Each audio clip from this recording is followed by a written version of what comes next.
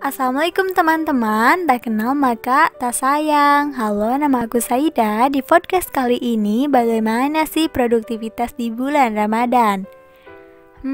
Seperti kita tahu ya, pembicaraan tentang COVID-19 atau virus corona ini belum usai. Karena penyebarannya yang begitu masif, pemerintah pun terus berupaya mencari solusi untuk mengurangi dan memberantas virus ini. Mulai dari kebijakan social distancing hingga kebijakan pembatasan sosial berskala besar.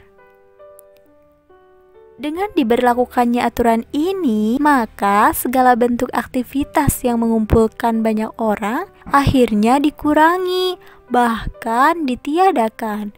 Mulai dari kuliah jadi online, belajar jadi online, belanja pun jadi online ya.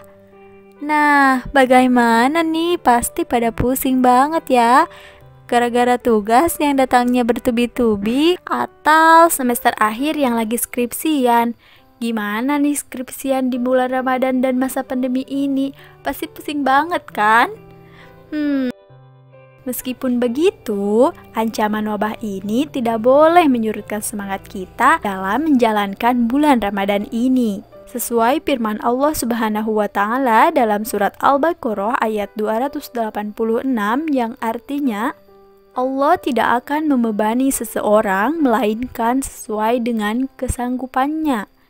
Ia mendapat pahala dari kebajikan yang diusahakannya dan ia mendapat siksa dari kejahatan yang dikerjakannya.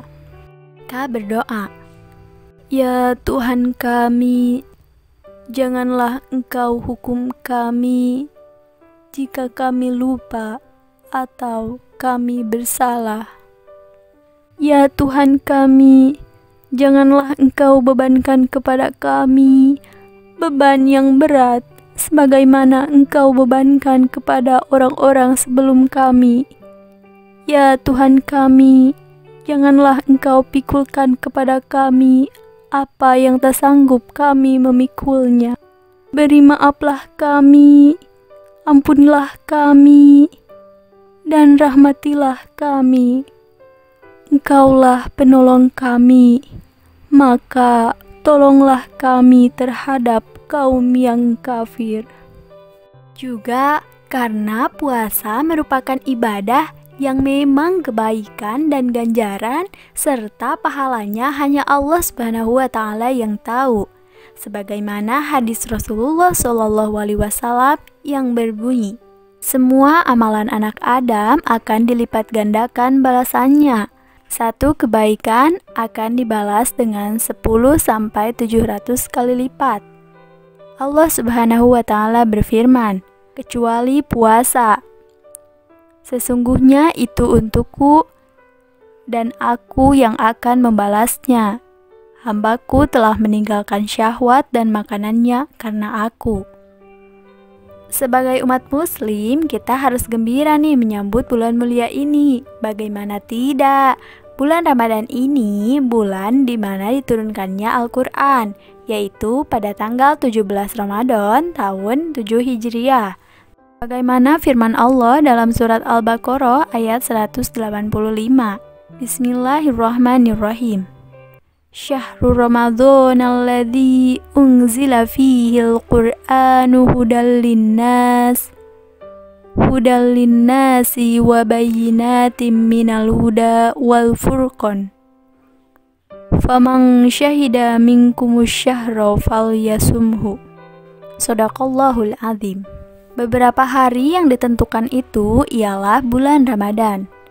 Bulan yang di dalamnya diturunkan Al-Quran sebagai petunjuk bagi manusia dan penjelasan-penjelasan mengenai petunjuk itu dan pembeda antara yang hak dan yang batil. Karena itu, barang siapa di antara kamu hadir di bulan itu, maka hendaklah ia berpuasa pada bulan itu. Namun, puasa Ramadan ini mengundang banyak tanya. Bagaimana nih mengisi bulan Ramadan di tengah pandemi ini? Bagaimana meraih amal-amalan baik seperti silaturahmi? Kalau udah puasa, pasti bawaannya mager banget. Mana udah panas, haus. Pasti moodnya rebahan di kamar sambil scrolling media sosial, betul tidak? Nah, untuk mengisi bulan Ramadan kali ini, kalian bisa lakukan ibadah di rumah masing-masing.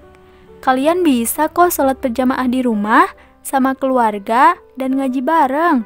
Sehingga makin dekat dengan keluarga, quality time, tapi juga dapat pahala. Dan jangan lupa jalin silaturahmi.